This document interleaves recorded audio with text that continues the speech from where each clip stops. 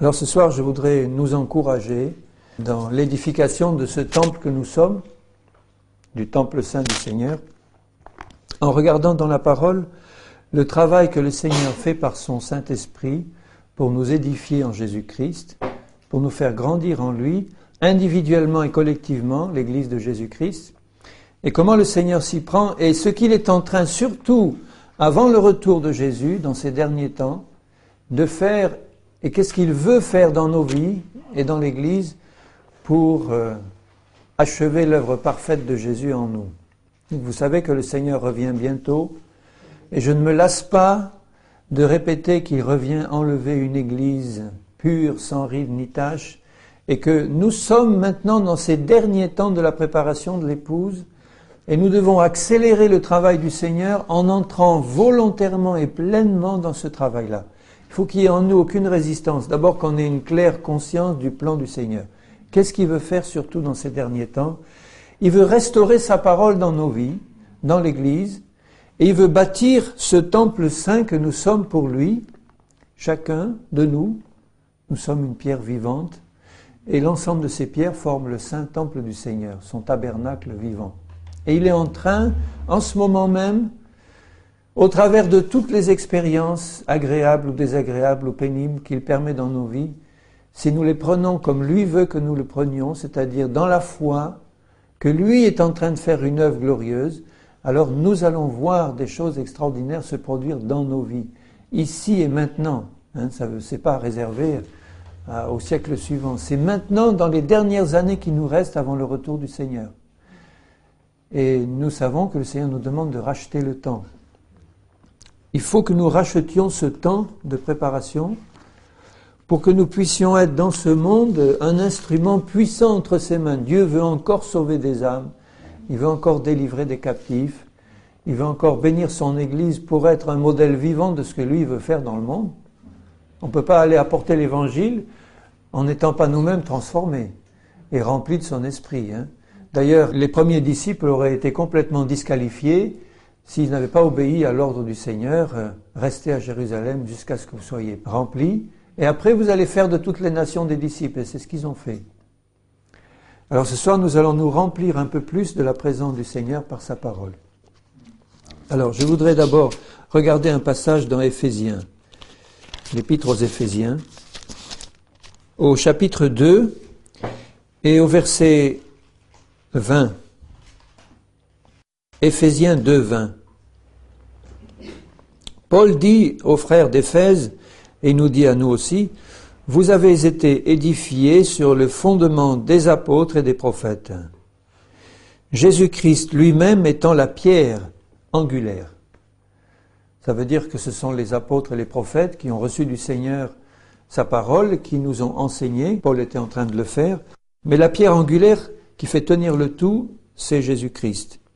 En lui, tout l'édifice, bien coordonné, s'élève pour être un temple saint dans le Seigneur. En lui, il faut que ça soit fait, bien-aimé, en lui et par lui. C'est lui qui construit son Église, et c'est en lui que cet édifice peut s'élever pour être un temple saint dans le Seigneur. Et il ajoute aussi, en lui vous êtes aussi édifiés, alors chacun de vous en particulier, pour être une habitation de Dieu dans l'Esprit. Donc il parle du temple de l'Église qui s'édifie en Christ, et il est en train de s'édifier en ce moment même. Tous ceux qui ont le désir ardent, l'amour du Seigneur dans leur cœur en ce moment, sont en train d'être préparés à être cette épouse qui est le temple collectif de Dieu. Et pour que ce temple soit parfait, il faut que chacun de ces éléments, chaque pierre, soit parfaitement à sa place, bien taillé, comme le temple de Salomon et le tabernacle. Tout était à sa place dans le moindre détail pour être une habitation de Dieu en esprit. Alors nous sommes déjà des habitations de Dieu, mais nous ne sommes pas encore un temple achevé. Il est en train de le faire, le Seigneur, par son esprit. Et nous devons coopérer à ce travail-là. Alors je vais relever là les deux mots qu'il emploie, temple saint et habitation de Dieu. Temple saint, où Dieu habite et Dieu se manifeste, et habitation de Dieu, où Dieu réside. Ça me réjouit le cœur de savoir que Dieu a une habitation. C'est notre esprit, notre cœur, notre corps même. Nous sommes le temple du Saint-Esprit. Le ciel et les cieux des cieux ne peuvent le contenir, mais il a accepté de venir habiter dans un cœur d'homme. Vous vous rendez compte? La grâce qu'il nous fait, habiter dans un temple pour y faire sa maison. Nous avons à honorer le Seigneur en faisant tout pour que cette maison soit propre et bien tenue. Mes sœurs, vous qui tenez vos ménages, et nous aussi, les maris qui les aidons, vous mettez un point d'honneur à ce que votre maison soit bien tenue. Si quelqu'un vient vous visiter à l'improviste et voit votre maison dans un capharnaüm indescriptible, il dira, mais cette personne-là, est-ce qu'elle se rend compte dans quel endroit elle habite? Elle n'a même pas le désir de rendre cette maison agréable pour ceux qui y habitent, y compris elle, la première. Nous devons rendre notre maison agréable à l'hôte divin qui habite. Faisons-le pour lui. Si on ne le fait pas pour les autres et pour nous, faisons-le pour lui. Dieu habite chez nous. Nous devons avoir une maison spirituellement propre, bien tenue, agréable au Seigneur. Il est en train de le faire par son esprit et il nous demande une franche collaboration. Alors pour voir un peu plus en détail comment le temple saint et l'habitation de Dieu a été édifié, je vais revoir avec vous le modèle de l'Ancien Testament, le modèle du temple de Salomon, et voir quelle application spirituelle on peut en faire pour nous, et voir aussi dans le temps comment le Seigneur est en train de restaurer dans son Église, depuis la fin du Moyen-Âge, Luther, et par tous les réveils qui ont suivi jusqu'à maintenant, comment le Seigneur est en train de restituer toutes choses pour que ce temple soit bâti. Je vais prendre un premier exemple dans le livre de l'Exode. Et au dernier chapitre de l'Exode, quand Dieu parle à Moïse pour la construction du tabernacle, qui était le premier temple, la première habitation de Dieu, nous allons voir comment Dieu a prévu que les choses devaient être ordonnées dans ce temple. Exode 40, au verset 1er, l'Éternel parla à Moïse et dit, « Le premier jour du premier mois », vous voyez, c'était vraiment au début, dès le début, la préoccupation essentielle. Le premier jour du premier mois, tu dresseras le tabernacle, la tente d'assignation. Tu y placeras l'arche du témoignage. C'était la première des choses. Bon, une fois que la tente elle-même était faite, et nous savons que la tente, c'est notre corps à nous. Pierre dit, je sais que la tente dans laquelle je me trouve, elle me sera ôtée subitement, je la quitterai subitement. Quand on parle de tente, pour nous, c'est notre corps. Une fois que la tente est en place, la première des choses, c'était d'y introduire l'arche dans le lieu très saint. L'arche qui était la présence même de Dieu au propitiatoire, sur ce plateau d'or où était versé le sang des sacrifices. C'était là que Dieu se manifestait, que Dieu résidait entre les chérubins et que Dieu parlait à Moïse. Tu y placeras l'arche du témoignage, tu couvriras l'arche avec le voile, tu apporteras la table et tu la disposeras en ordre. Cette table, c'était une table en or où étaient placés les pains de proposition, des pains sans levain qui étaient offerts tous les jours. Il y avait 12 pains, 2 piles de 6, qui étaient offertes chaque jour au Seigneur et qui étaient placés sur cette table-là. Et nous verrons la signification spirituelle pour nous. Ensuite, tu apporteras le chandelier et tu en arrangeras les lampes. Tu placeras l'autel d'or pour le parfum devant l'arche du témoignage et tu mettras le rideau à l'entrée du tabernacle. Alors, il y avait donc 3 parties dans ce tabernacle et dans le temple aussi ultérieur. Il y avait le lieu très saint où il n'y avait que l'arche. Il y avait un premier rideau. Ensuite, il y avait le lieu saint où les Lévites qui faisaient le service pouvaient se présenter. Et dans ce lieu saint, il y avait 3 objets. Il y avait la table des pains de proposition, il y avait l'autel des parfums et il y avait le chandelier.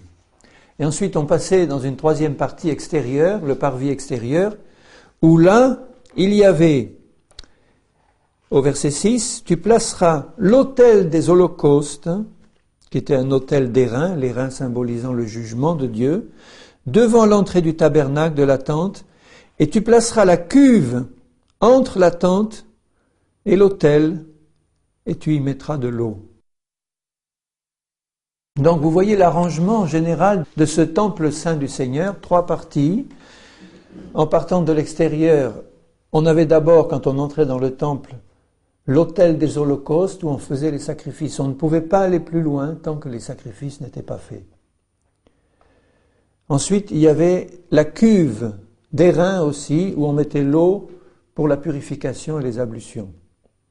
On entrait dans le lieu saint, où il y avait le chandelier, devant il y avait l'autel des parfums, où on mettait et on faisait brûler un parfum qui était uniquement réservé à cet usage. Si on employait ce parfum pour un autre usage, on était puni de mort. Il n'était employé que pour Dieu. Et on y mettait donc un encens, un parfum spécial qui devait être allumé par le feu de Dieu, le feu de l'autel de Dieu, pas un feu étranger.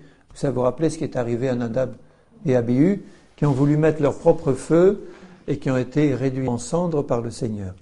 Et puis ensuite, il y avait la table d'or des pains de proposition qui étaient renouvelés chaque jour, des pains sans levain. Ensuite, on entrait dans le lieu très saint, où il y avait la présence, l'arche, la présence de Dieu, qui contenait dans l'arche les tables de la loi, et au début qui contenait un vase de manne et la verge d'Aaron. Tout cela était en ordre quand c'était placé dans cet ordre-là. Et après avoir fait tout ce qu'il devait faire en plaçant et en noyant, au verset 16, il est dit que Moïse fit tout ce que l'Éternel lui avait ordonné, il en fit ainsi. Donc il installe tout. Et au verset 33, quand tout a été dressé comme le Seigneur l'a demandé, il dressa le parvis autour du tabernacle et de l'autel, il mit le rideau à la porte du parvis. Ce fut ainsi que Moïse acheva l'ouvrage.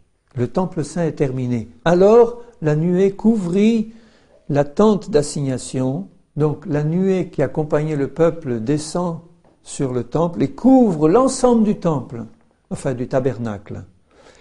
Et la gloire de l'Éternel remplit le tabernacle. Moïse ne pouvait pas entrer dans la tente d'assignation parce que la nuée restait dessus et que la gloire de l'Éternel remplissait le tabernacle. Et à ce moment-là, chaque fois qu'il devait partir, la nuée s'est levée, elle revenait quand il devait s'arrêter. Tout était à sa place, tout était en ordre. Et à ce moment-là, la gloire de l'Éternel, l'esprit de gloire repose sur le temple tel que le Seigneur l'a demandé. Un peu plus loin, dans 2 Chroniques, quand nous voyons Salomon bâtir alors le temple en dur, au chapitre 5 de 2 Chroniques, alors là, ils font un temple beaucoup plus vaste et beaucoup plus glorieux. Au lieu d'une table, il y en avait plusieurs, au lieu d'un chandelier, il y en avait plusieurs, mais enfin, l'arrangement est exactement le même. Toujours 3 parties dans ce temple de Salomon, le lieu très saint où était l'arche, le lieu saint et le parvis extérieur. À la fin du chapitre 5, il est écrit, au verset 11, « Au moment où les sacrificateurs sortirent du lieu saint, car tous les sacrificateurs présents s'étaient sanctifiés sans observer l'ordre des classes, et tous les Lévites qui étaient chantres, Asaph, Émon, Yédoutoun, leurs fils et leurs frères, revêtus de byssus, se tenaient à l'orient de l'autel, avec des cymbales, des luttes et des harpes, et avaient auprès d'eux 120 sacrificateurs sonnant des trompettes.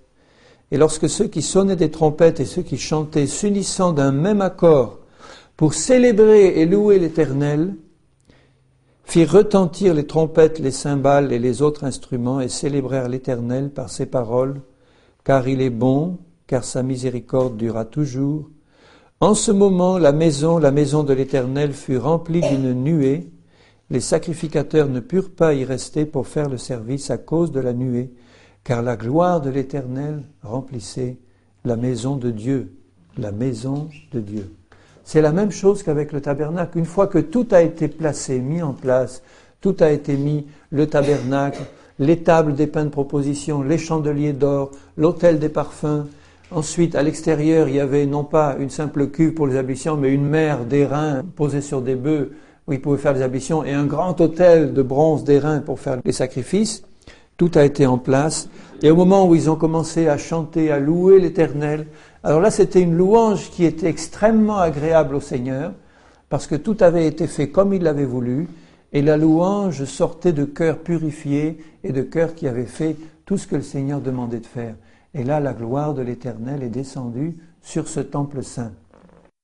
Voyez la signification spirituelle pour nous, qui sommes dans la nouvelle alliance et qui sommes la maison de Dieu, le temple de l'Éternel. Dieu est en train de bâtir sa maison, nous, qui sommes composés d'un esprit, d'une âme et d'un corps, comme ce temple extérieur, et sa maison, qui est l'Église, qui est en train d'être préparée au retour du Seigneur. Il lui est donné de se revêtir du fin lin qui est la justice des saints, qui représente tout ce travail préparatoire pour mettre chaque chose à sa place. Dans notre vie personnelle, si nous voulons voir la gloire de Dieu reposer sur nous comme la Shekinah, la gloire de l'Éternel reposer sur ce tabernacle et y rester tant que les choses étaient à leur place, nous devons veiller à ce que toutes les choses soient faites comme Dieu le veut. Alors je prends l'exemple d'un croyant individuel qui est un temple saint du Seigneur. Il commence par le sacrifice expiatoire de Jésus, c'est-à-dire l'autel des holocaustes. Tout commence là. Il ne peut pas entrer plus loin dans la présence de Dieu s'il n'a pas reçu le sacrifice expiatoire de Jésus, qui est symbolisé par l'autel d'airain où on offrait les sacrifices et on les brûlait sur le feu. Jésus a expié pour nous à la croix. Il est la victime suprême, celle qui a été acceptée par le Seigneur, qui a été placée sur l'autel de la croix, qui a été consumée par le feu de la mort et qui a été offerte pour nous en sacrifice expiatoire. On passe par là. Ensuite, on se présente devant l'autel, on met en place la cuve ou la mer où il y avait l'eau pour les ablutions, qui est une représentation à la fois du baptême et de la purification que l'Esprit Saint fait en nous lorsque nous sommes acceptés et lorsque nous acceptons le sacrifice expiatoire de Jésus. Il se produit une nouvelle naissance, nous sommes acceptés par Dieu et Dieu commence à bâtir son temple à ce moment-là précis. Il nous recrée en mettant son esprit dans son tabernacle, dans le lieu très saint de notre esprit.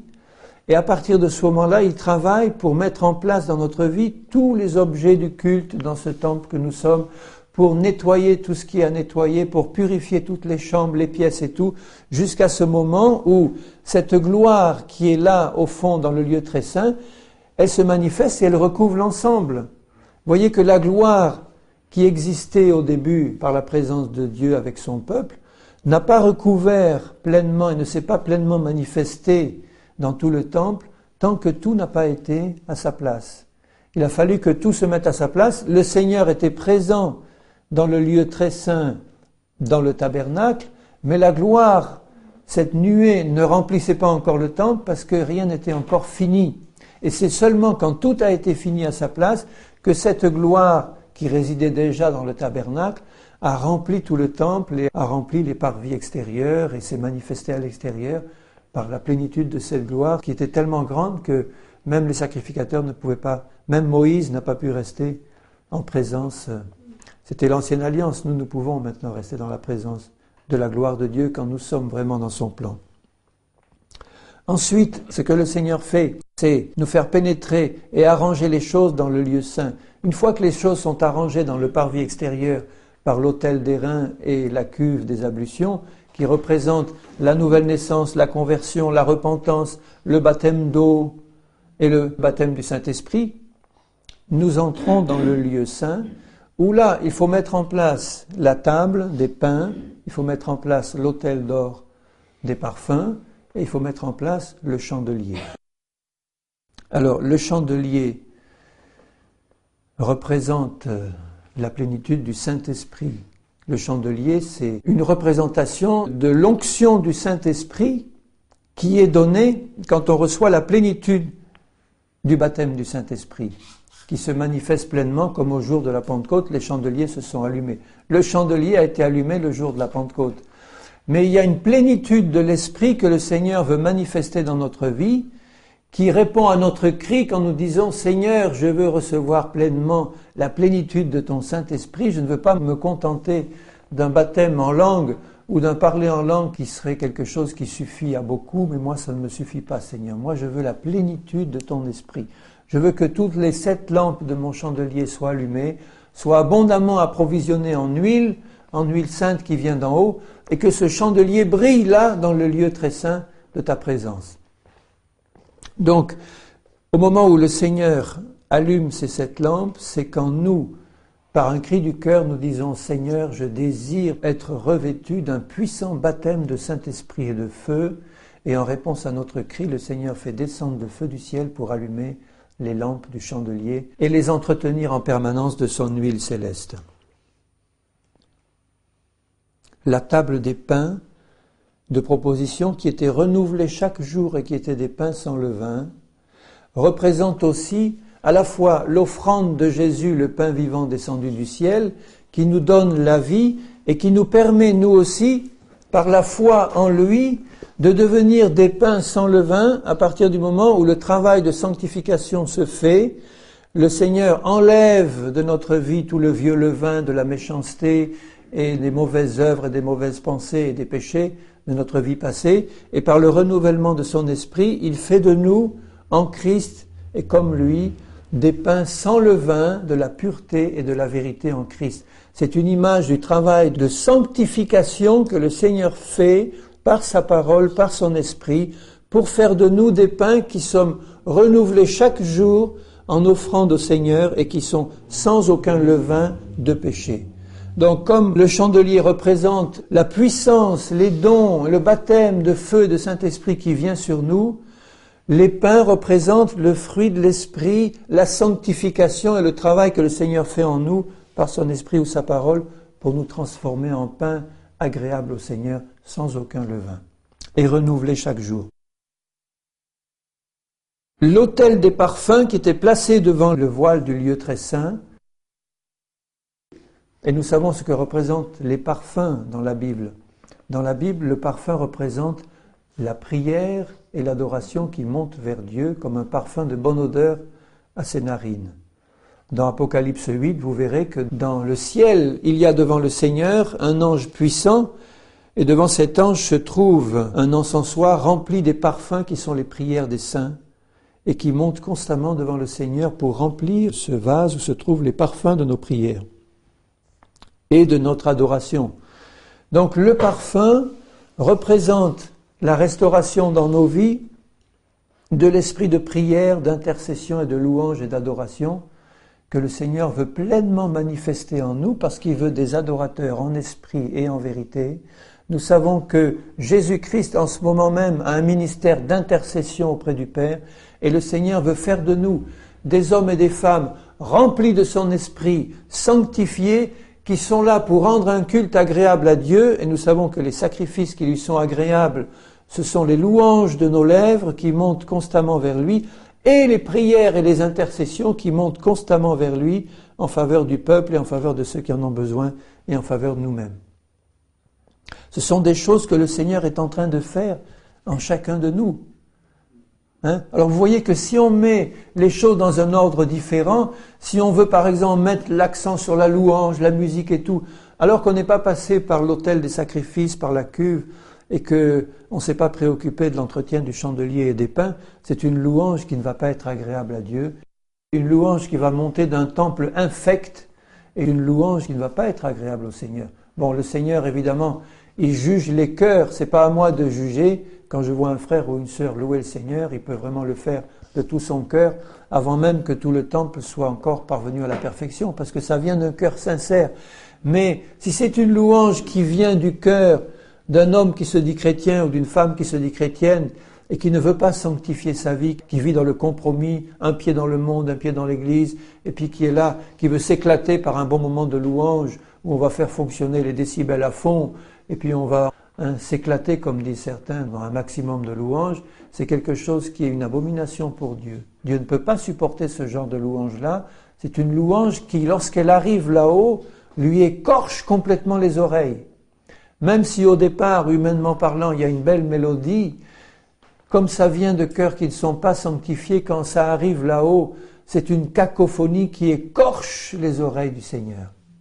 Alors que inversement, si nos cœurs sont purifiés, nos cœurs sont remplis d'adoration et d'amour, et vraiment qu'on a recherché le Seigneur, peut-être qu'il y aura des couacs sur le plan terrestre, et que l'harmonie n'est peut-être pas très belle, et que la musique est peut-être pas extraordinaire, mais quand ça arrive là-haut, c'est une symphonie extraordinaire pour le cœur du Seigneur. Il entend avec des oreilles cette musique qui monte d'en bas et qui sort de cœurs purifiés par le sang de son Fils, et il se réjouit d'entendre cette louange et cette adoration, parce qu'elle est faite en esprit et en vérité. Alléluia. C'est important de voir ce que le Seigneur est en train de faire dans nos vies. Il est en train de remettre toutes choses en place dans ce temple, et il faut que nous comprenions ce qu'il est en train de faire, et que nous passions au travers de toutes ces étapes que le Seigneur veut nous faire franchir, pour arriver au point suprême, c'est-à-dire l'entrée dans le lieu très saint, où nous l'adorons en esprit et en vérité, et où nous accomplissons l'œuvre du souverain sacrificateur avec Jésus. Nous savons que dans le lieu très saint, une fois par an, le souverain sacrificateur entrait avec le sang des veaux et des boucs, mais maintenant le Seigneur Jésus y est entré une fois pour toutes avec son propre sang, après avoir fait l'expiation pour nos péchés, et nous sommes entrés en lui, et nous pouvons entrer librement en lui, dans la présence sainte du Dieu vivant, pour lui rendre un culte agréable et pour lui dire « Seigneur, achève ton travail maintenant dans ma vie. Que tout soit en place comme tu le veux, que tout soit en place et que je puisse glorifier ton nom. » Et la nuée du Seigneur vient sur ce temple saint qui est parfaitement construit et fait comme le Seigneur le veut. Et historiquement, il semble qu'il y ait aussi une correspondance avec ce qui s'est passé depuis le temps de Luther.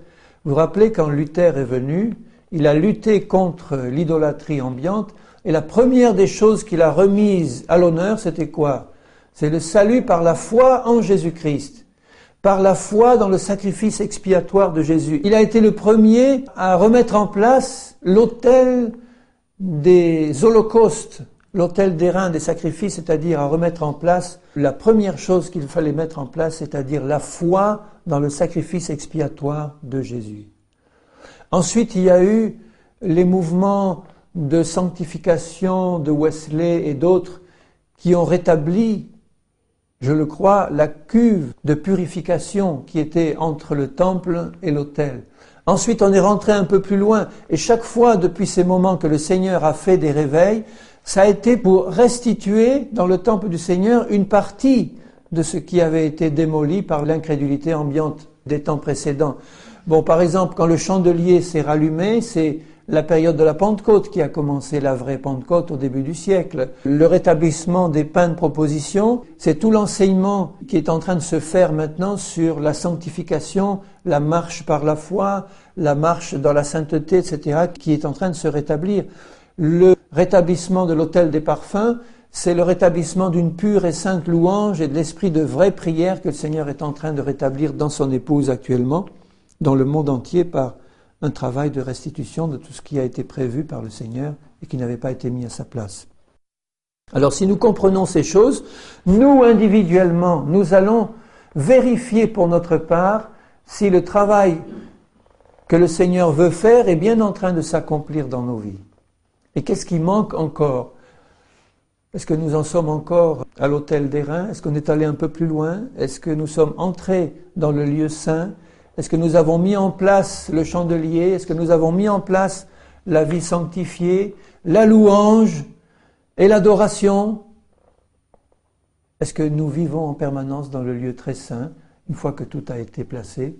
Est-ce que nous sommes en train de faire ces choses ou est-ce qu'on rétrograde? Est-ce qu'on fait comme ces rois de Juda impies qui, au lieu de remettre les choses en place, ont déplacé les choses et introduit leurs idoles à la place, dans le lieu saint, ont mis l'idole d'Astarté comme Manassé, qui en plein temple faisait des sacrifices à ses idoles et à ses démons. Et nous savons ce qui est arrivé. Le Seigneur a patienté pendant des siècles. Il a envoyé ses prophètes pour dire « Attention, si vous ne rétablissez pas les choses dans ce temple saint comme Dieu l'a prévu, il viendra un temps où ce temple sera détruit.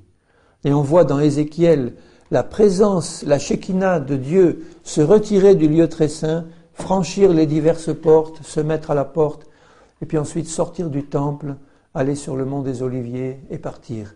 Et quelque temps après, Nabuchodonosor détruisait Jérusalem et le temple. Il en a été de même quand Jésus-Christ est venu et qu'il était prêchant dans ce second temple, celui d'Hérode, qui avait été transformé en une des merveilles du monde. Mais le Seigneur Jésus était là au milieu du temple tous les jours prêchant sa parole et il avertissait les Juifs de son époque en disant « Faites attention, si vous ne vous repentez pas, vous ne convertissez pas, cette ville et ce temple seront détruits. » Alors il parlait aussi du temple de son corps, mais il annonçait aussi la destruction de cette ville qui s'est produite par les Romains qui ont détruit à nouveau ce temple, qui ont détruit Jérusalem une autre fois et qui ont emporté la population captive. Jésus nous prévient aussi, si nous détruisons le temple du Seigneur, nous serons détruits. Si nous travaillons à le bâtir, le Seigneur sera glorifié et la Shekinah va revenir se remettre sur ce temple qui se remet en place comme le Seigneur le veut.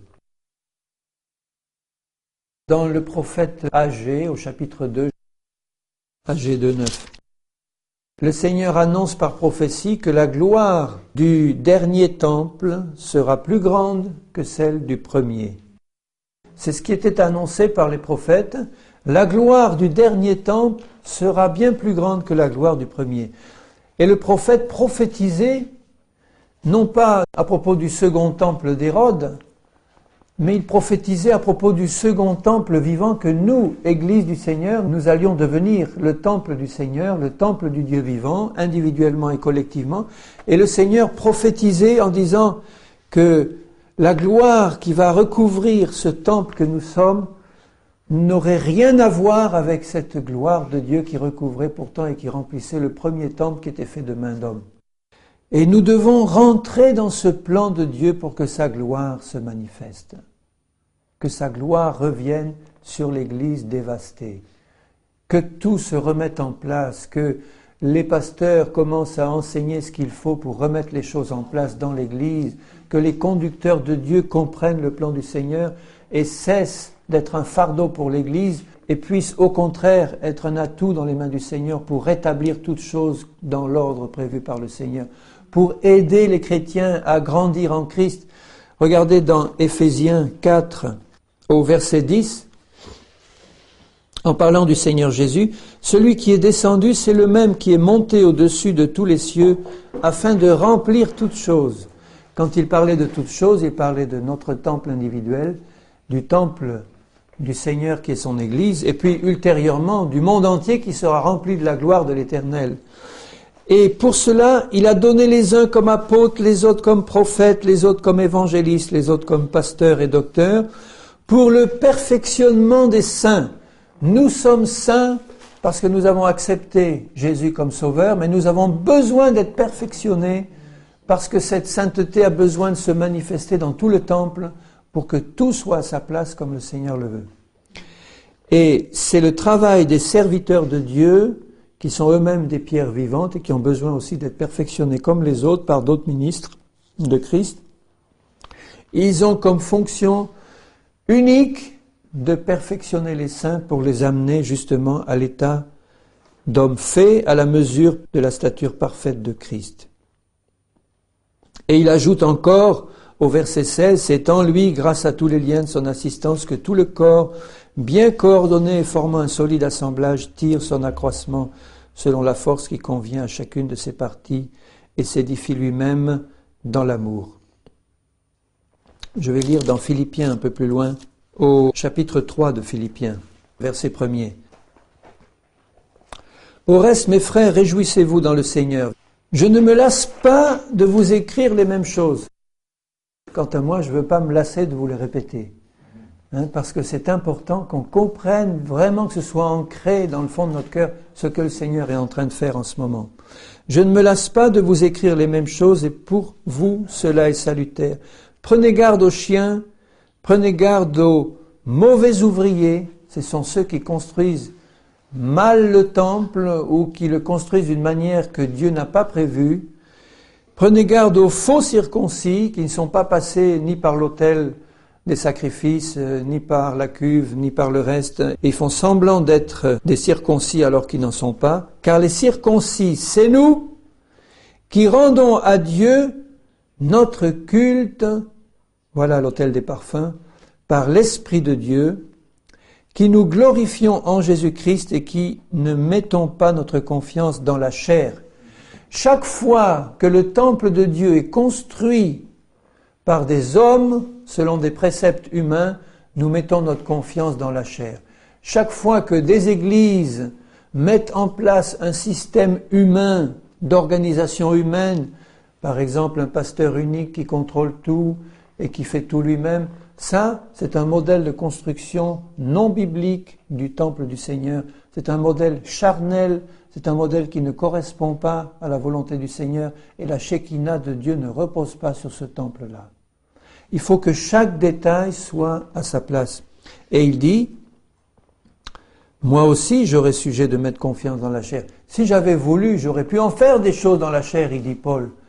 Et malheureusement, il y a beaucoup d'églises, de chrétiens, de serviteurs de Dieu qui font presque toute leur vie chrétienne dans la chair et qui sont en train de mettre dans ce temple saint un désordre indescriptible en espérant que la gloire de Dieu va venir reposer sur leurs chants et leurs cantiques. Ça ne peut pas être comme ça ne peut pas exister. Alors il donne toutes ces qualifications et il ajoute au verset 7 de Philippiens « Mais ces choses qui étaient pour moi des gains, je les ai regardées comme une perte à cause de Christ. » Tous ces systèmes humains qui marchent si bien dans la société humaine, on pourrait organiser l'Église parfaitement comme on organise une multinationale avec un PDG, des directeurs généraux, des directeurs, des chefs de service. Ça marcherait très bien et ça marche très bien dans beaucoup de cas, humainement parlant, mais Dieu n'est pas dans ces systèmes-là. Ce n'est pas comme ça que Dieu a voulu construire son temple, parce que Christ n'est pas la tête, le corps n'est pas à sa place. Et même je regarde toute chose comme une perte à cause de l'excellence de la connaissance de Jésus-Christ, mon Seigneur, pour lequel j'ai renoncé à tout, et je les regarde comme de la boue afin de gagner Christ et d'être trouvé en lui, non pas avec ma justice, celle qui vient de la loi, mais avec celle qui s'obtient par la foi en Christ, justice qui vient de Dieu par la foi, afin de connaître Christ, la puissance de sa résurrection et la communion de ses souffrances, en devenant conforme à lui dans sa mort, pour parvenir, si je puis, à la résurrection d'entre les morts. Il y a tout le programme de la construction du temple, là, ici. Vous voyez que pour que ce temple puisse être bien construit, il faut que nous renoncions à tout ce qui est charnel, à tout ce qui est humain, à tout ce qui est notre volonté propre. Il faut que nous devenions conformes à la volonté de Dieu dans tous les détails. Rappelez-vous que Dieu avait donné à David, par un écrit de sa main, le modèle de tous les détails du temple, y compris des fourchettes, y compris des petits objets qui devaient être construits pour le culte du Seigneur.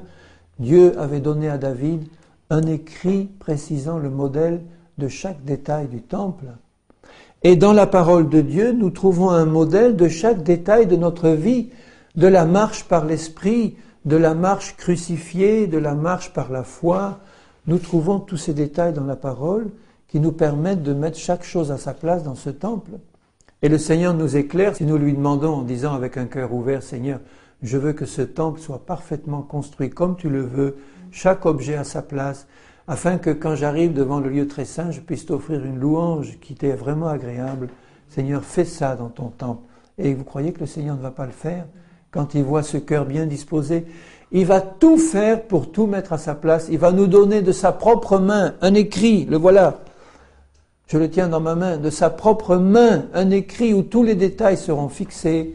Et si nous mettons notre vie en conformité avec cet écrit, la gloire de Dieu va reposer sur nous et sur notre Église. Alléluia. Soyez mes imitateurs, il dit, au verset 17. Portez les regards sur ceux qui marchent sur le modèle que nous avons en nous. Paul était arrivé, je pense, à entrer pleinement dans ce plan de Dieu, puisqu'il dit « Portez les regards sur ceux qui marchent selon le modèle que vous avez en moi », car il y en est plusieurs qui marchent en ennemis de la croix de Christ. Je vous en ai souvent parlé, j'en parle maintenant encore en pleurant. Leur fin sera la perdition, ils ont pour Dieu leur ventre, ils mettent leur gloire dans ce qui fait leur honte, ils ne pensent qu'aux choses de la terre. Ennemis de la croix de Christ. Si nous sommes amis de la croix de Christ, la croix va faire dans nos vies un travail de mise à mort de tout ce qui est charnel et humain pour nous faire entrer dans le plan de construction du temple du Seigneur comme il le veut. Nous aurons un cœur vraiment ouvert à l'action du Seigneur. Donc vous voyez que pour que ce temple se fasse comme Dieu le veut, et ça, c'est le summum dans nos propres vies, il faut le comprendre, pour que ce temple soit construit comme Dieu le veut, il faut que la croix soit au centre de notre vie. La croix, on revient toujours à la prédication de la croix, à la mort à soi-même, à la mort en Christ, à la mort à tout ce qui est égoïste et humain, pour que tout ce qui est de Dieu puisse prendre toute sa place en nous. Ça veut dire, bien-aimés, que nous devons nous préparer à passer par beaucoup de souffrances pour que tout soit en place comme Dieu le veut. La construction du temple ne se fera pas sans souffrance. Elle ne va pas se faire au milieu des cantiques et de l'allégresse en permanence, sinon dans le fond de notre cœur et notre esprit. Et au moment même où la Shekinah, la gloire de Dieu, va venir reposer sur nous pour que nous soyons vraiment à la gloire de Dieu en toutes choses, ça pourra peut-être être au milieu de la pire des afflictions sur cette terre ou de la pire des persécutions, parce que nous savons que l'esprit de gloire vient reposer sur une église souffrante et persécutée, mais une église glorieuse et une église remplie de l'esprit du Seigneur. Alors, je voudrais vous y préparer, nous y préparer tous, savoir que pour que ce temple arrive à une pleine construction où chaque objet sera à sa place, il faut que nous passions par le travail de la croix, donc par les souffrances de Christ, et il faut nous y préparer. Il faut passer par un brisement complet de tout ce qui est humain et charnel en nous, un brisement complet. Quelquefois, nous avons la tête dure et nous résistons au Seigneur, nous ne voulons pas, même si nous le disons sincèrement, dans la pratique, on ne veut pas vraiment que le Seigneur fasse son œuvre et on résiste. On résiste en nous accrochant encore à une partie de notre volonté personnelle. On ne veut pas vraiment que le Seigneur agisse là, à cet endroit-là. On ne veut pas vraiment lui abandonner telle partie de notre vie personnelle auquel on tient. Et le Seigneur, il veut que nous passions par un brisement complet de tout ce qui est humain et charnel. C'est là que le parfum de Dieu va sortir. C'est là que le travail va se faire dans sa perfection. Je voudrais vous lire quelques passages qui nous le montrent, par exemple. Je voulais citer 3 exemples qui sont bien connus. C'est celui du blé, c'est celui du raisin et c'est celui de l'olive. Ce sont 3 exemples du travail du Seigneur dans nos vies. Le blé, d'où on tire le pain. Pour produire du pain, il faut que les grains de blé soient écrasés dans le moulin.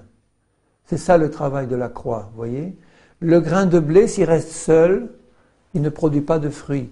S'il meurt, il va monter et produire du fruit, mais ces fruits-là, pour qu'ils produisent du pain qui va être consommé, il faut qu'ils soient écrasés complètement. Ça, c'est le travail de la croix. Le raisin aussi, pour produire ce bon vin que nous apprécions tant, et ce vin spirituel qui représente la vie, la plénitude du Seigneur en nous, il doit être pressé, il doit être écrasé pour que le jus en sorte. Et l'olive, c'est pareil, cette olive qui représente aussi la plénitude de l'Esprit en nous, pour que cette huile sorte. L'huile, elle est déjà dans l'olive, mais pour qu'elle sorte, il faut que l'huile soit écrasée, pressée, et pressée pour en sortir ces gouttes d'huile qui vont faire le régal de ceux qui l'apprécient. Eh bien, pour nous, c'est pareil. Si nous voulons faire le régal de Dieu qui va nous goûter le bon pain vivant sans levain, qui va goûter ce vin pur que nous lui présentons, qui va goûter cette huile, tout ça vient de lui, hein. Mais il va falloir passer par la presse, par le moulin, il va falloir passer par l'écrasement entre 2 pierres.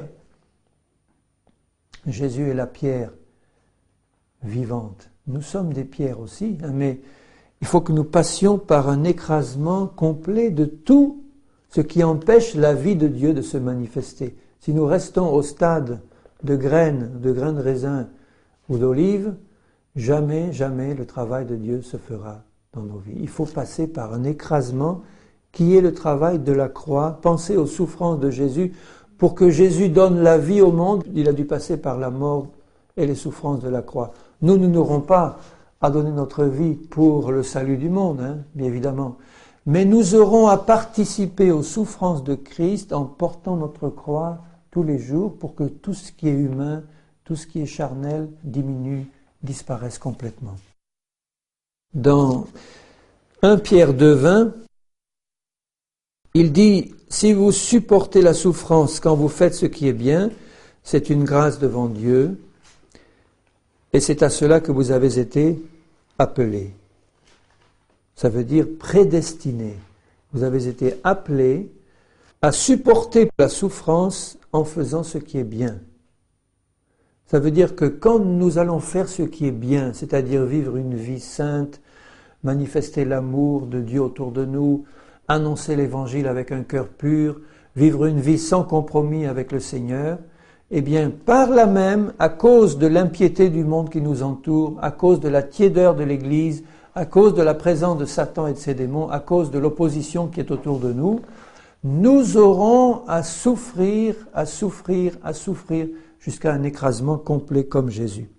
Parce que Dieu nous demandera de supporter la souffrance en faisant ce qui est bien, comme lui l'a fait, comme le Seigneur l'a fait, qui venait vers les siens avec amour et qui a été rejeté par les siens. On l'a crucifié par nos péchés, il a été rejeté par ceux vers lesquels il venait pour faire du bien. Et ça nous arrivera, bien-aimés, je préfère le dire et le redire, parce que bien souvent je trouve encore beaucoup de chrétiens, et même moi ça m'arrive encore de m'étonner quand ça m'arrive, mais je ne devrais plus. Mais il faut le répéter, nous sommes appelés à souffrir injustement en faisant ce qui est bien. Et cette souffrance viendra de nos frères et de ceux qui nous sont les plus proches. Nous aurons à subir la persécution de Caïn, qui était frère d'Abel, la persécution de Saül, qui était le beau-père de David, qui était son roi, la persécution de tous ceux qui veulent vivre saintement, comme Paul le dit à Timothée. Nous aurons à subir cette persécution-là. Qui a tué Abel ? Son frère Caïn. Caïn tuera toujours celui qui veut vivre saintement. Et Caïn, c'est l'image de l'Église charnelle. Ce n'est pas l'image du monde, c'est l'image de l'Église charnelle. Ce sont nos propres frères charnels qui vont nous clouer sur la croix que Jésus nous destine. Ne nous étonnons pas quand ça nous arrive. Nous sommes destinés, appelés à cela.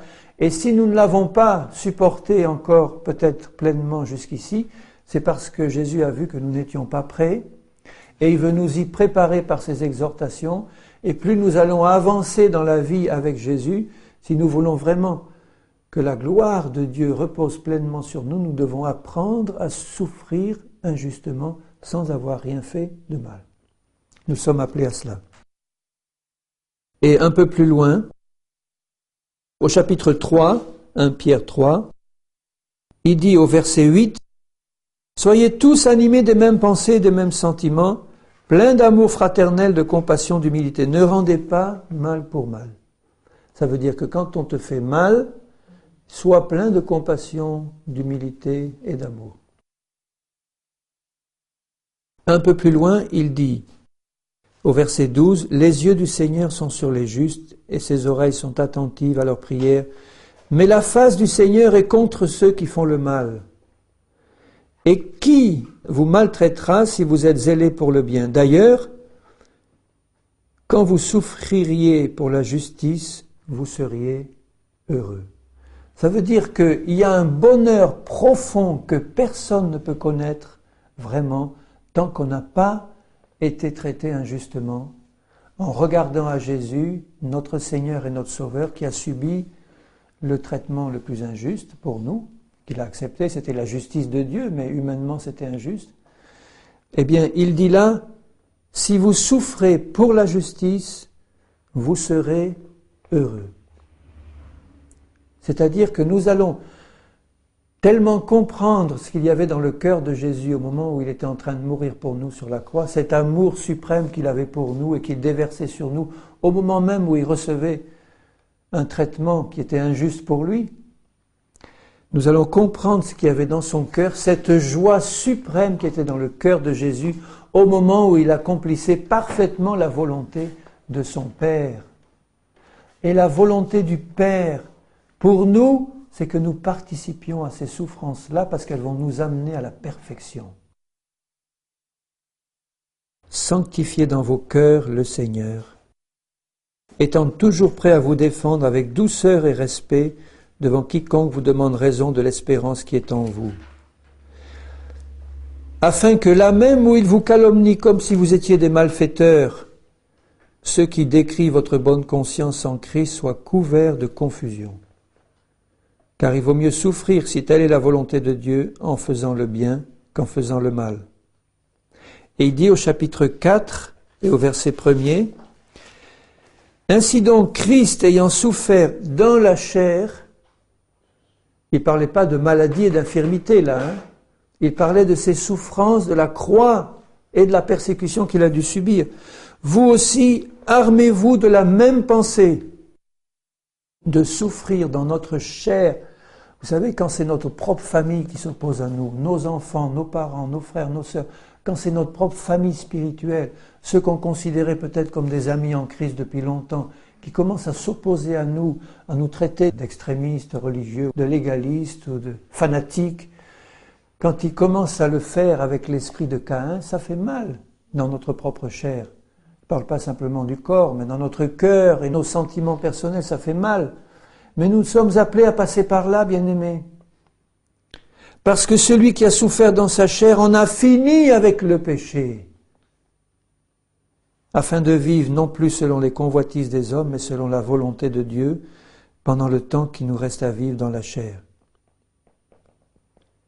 Et il dit un peu plus loin, au verset 12 du chapitre 4, « Bien-aimés, ne soyez pas surpris comme d'une chose étrange qui vous arrive, de la fournaise qui est au milieu de vous pour vous éprouver. C'est dans la fournaise que l'argent et l'or sont épurés. » Ce qu'il y a de bien avec le feu de Dieu ne brûle que ce qui est consumable, c'est-à-dire le péché.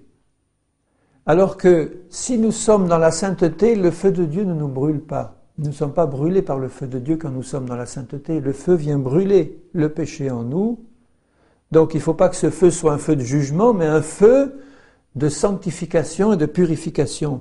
Et cette fournaise-là, Dieu nous demande de passer dans la fournaise pour nous éprouver. Réjouissez-vous, au contraire, parce qu'on pourrait avoir tendance à être découragé.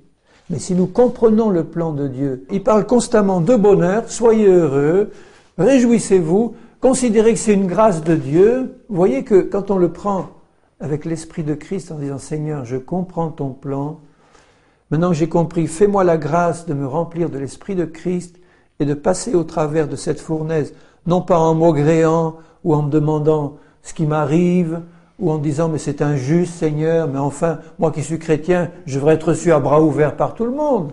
L'Église entière devrait être là en me disant « oh, que tu es merveilleux !»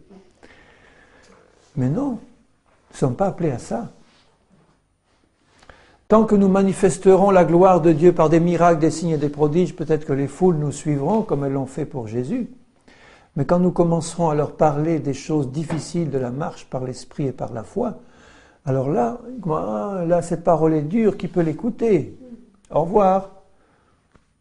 Le pain et les poissons, d'accord, les guérisons, les miracles, merci, mais la marche sanctifiée et crucifiée, non, c'est trop. Et vous, dit Jésus, voulez-vous aussi m'abandonner et partir comme les autres?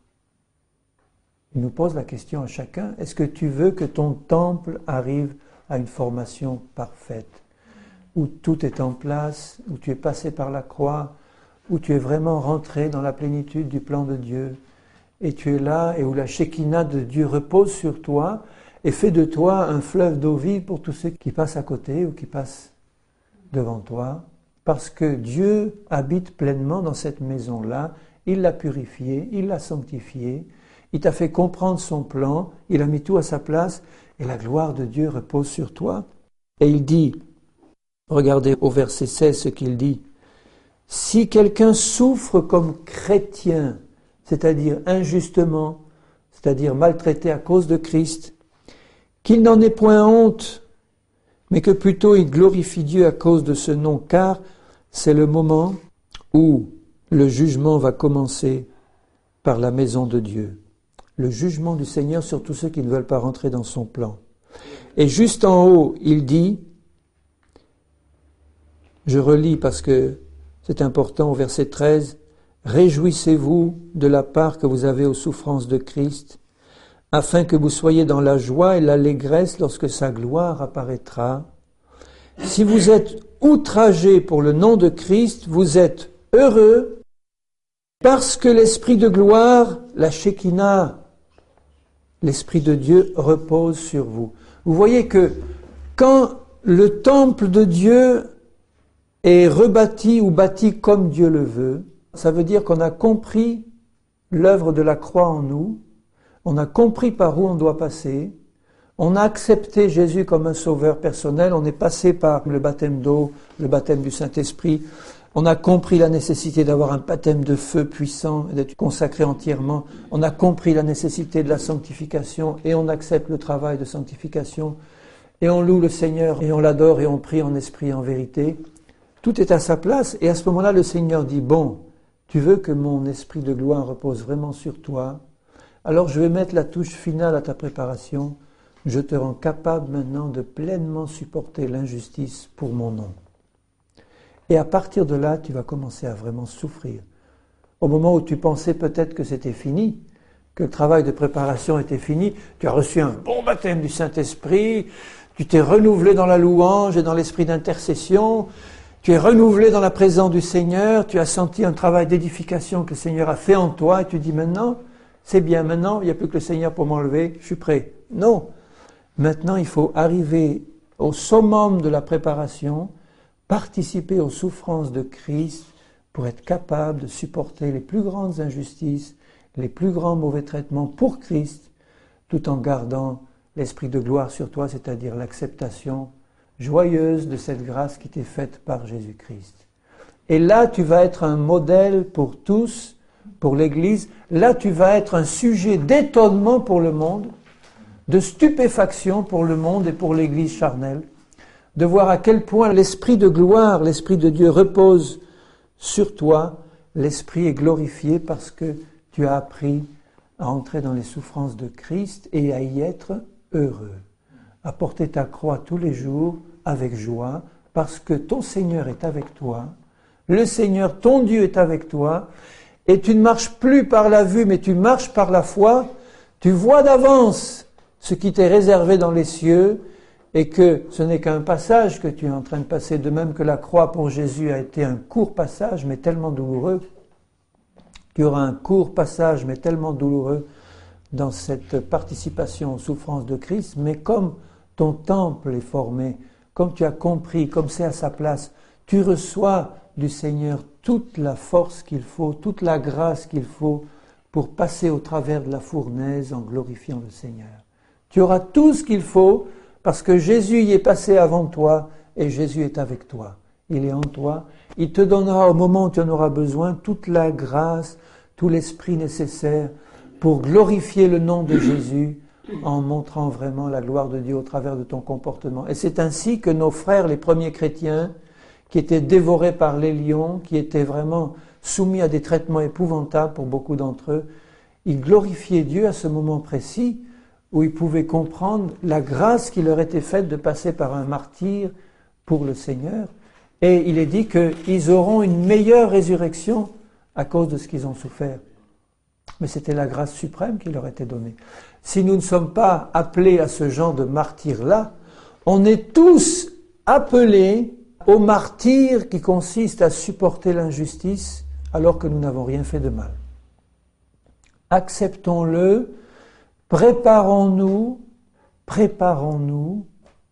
Et quand nous verrons cette injustice et cette participation aux souffrances de Christ venir, réjouissons-nous parce que ça veut dire que Dieu a construit son temple, que Dieu est en train de mettre toutes les choses en place et que nous sommes dignes maintenant de passer à une étape plus profonde, plus grande pour sa gloire, en ayant l'esprit de gloire qui repose sur nous. Alléluia.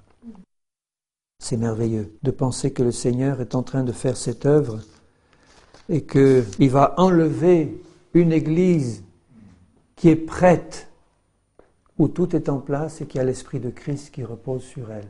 Tu veux entrer dans ce plan-là, dis au Seigneur, mais dis-le de tout ton cœur en sachant ce qui t'attend. Il faut, bien aimé, que personne de ceux qui m'écoutent ici ne soit surpris quand ça arrivera. Ça vous est déjà arrivé. Mais quand ça arrivera, ne soyons pas surpris.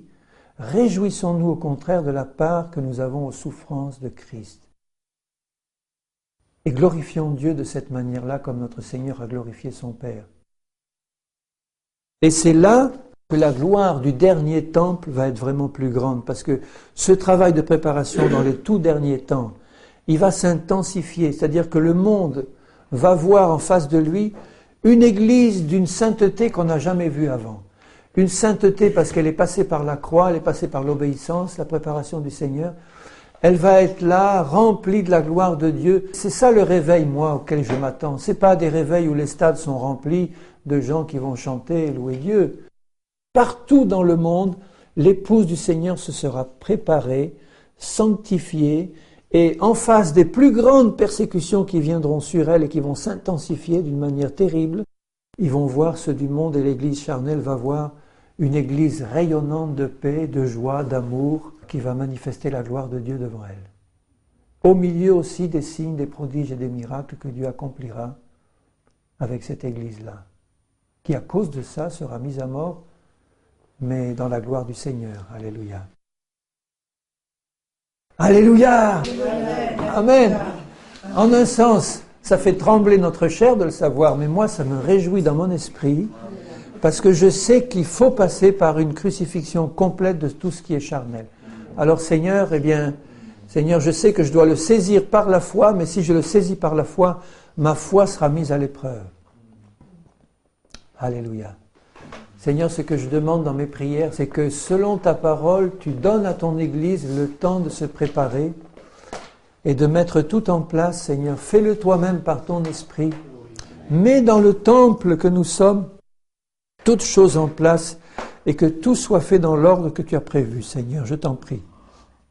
Et que sur ce temple saint, tu fasses reposer ta gloire, l'Esprit de Christ, cet esprit d'amour, cet esprit d'intercession, cet esprit qui fait du bien quand on nous fait du mal, cet esprit capable de prier pour les ennemis, d'intercéder pour eux et de leur faire du bien et le plus grand bien possible. Seigneur, que cet esprit repose sur nous avec abondance. Renouvelle-nous ce soir dans cet esprit, Seigneur. Et je te demande que dans cette restauration aussi de ton temple, tu restaures aussi le corps et tu guérisses les malades.